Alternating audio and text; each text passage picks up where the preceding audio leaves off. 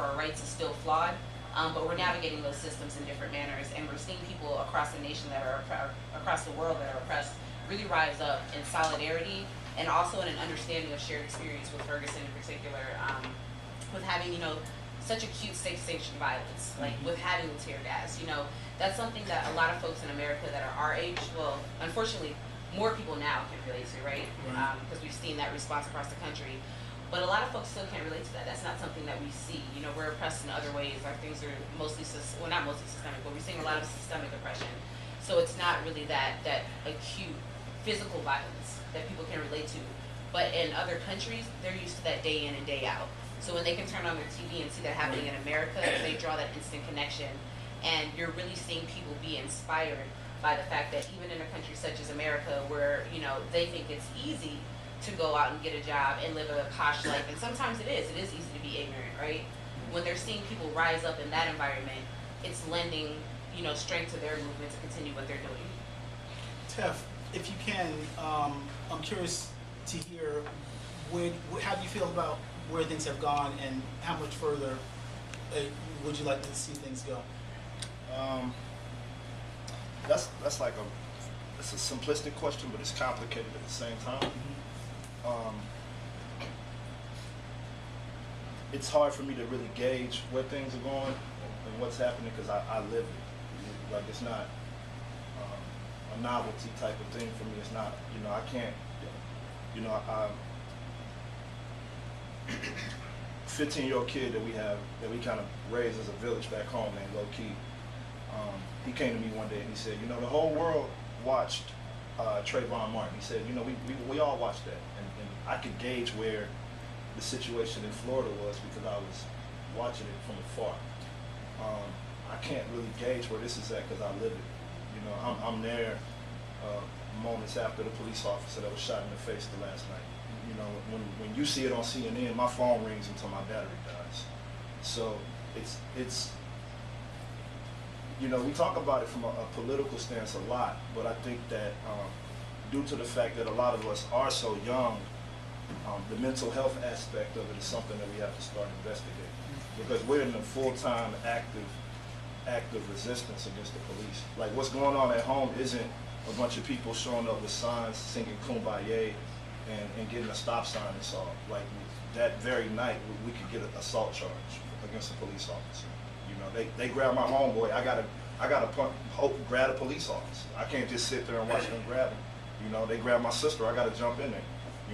So like, it's like you're living in you're actively living in a war zone. And I think that that's the disconnect for me when I talk to like politicians, and we've talked to like the highest man on the totem pole to the lowest person on the totem pole. And, their responses are the same, things that I feel that have got us here. Right. It's the,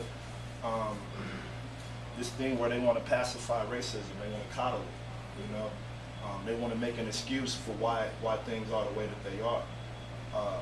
And, as Ashley was talking, I was thinking, when they left Mike Brown dead in the street for 4.5 hours, they were not banking on the fact that 3 individuals like ourselves were alive. They were banking on the fact that, maybe it was going to be some passive people that said, yo, that's messed up. Right. Let's do a march. Right. And let's get Sharpton out here. Let's get Jesse out here for a week, and then nobody cares. But, we're the type of people that say, well, what happens if we continue to come out? What happens if we, even set the chessboard up to challenge each other and say, look, I'm about this, so if you ain't about this, you might want to go home. You know what I'm saying? Right. It's not a conventional situation. And I think that part of the reason why we haven't got answers on a nationwide level for police accountability when it comes to murdering black people is that nobody really wants to embrace the circumstances for what they are. And the language and the statistics and all of that, excuse my French, but all of the bullshit that academia America relies on to define racism doesn't stop it. It doesn't kill it. Right. You know what I'm saying? Right. What stops racism in my neighborhood is the pregnant teenage mother that's out there getting tear gassed, you know, on her knees with her hands up, resisting the shit the same way that I'm resisting. Right. You know what I mean? And, you know, so for me, you know, we could go to the White House. You know, I was invited to go with Ash. My plane sat on the runway. We went to the UN with Mike Brown's parents. We've done like things that I could have never imagined that we'd be able to do. But at the same time, you know, personally, I don't really give a fuck about none of that. Because when I come home, there's still a Kajin Powell, there's still a Von Der Myers, and you know, the president can shake our hand and go, oh yeah, well, progress takes time, but it don't take time for them bullets to hit me. Sure, you're right. You know what I mean? Right. So like, we being murdered in real time and they telling us next generation will figure it out. Yeah. Right.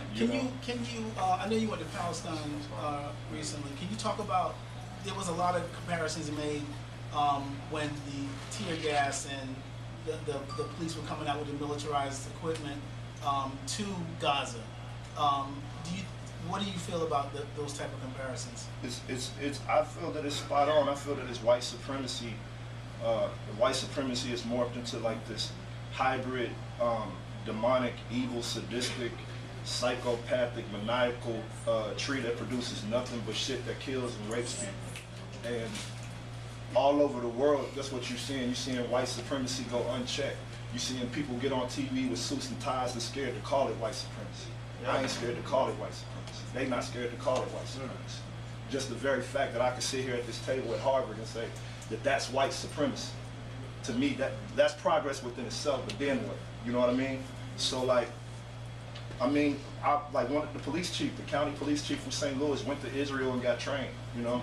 So like, and when you go over there, it's nothing but baby America. You're watching real-time colonialism, you're watching real-time imperialism, you're watching real-time ethnic cleansing, you're watching real-time white male patriarchy assertion over anything that's not a heterosexual white man. And people go, well, that's Jewish people. Well, I'm not talking about like, I'm not defining that according to like traditional standards, because once again, everything evolves. So white supremacy has even evolved. You know what I mean?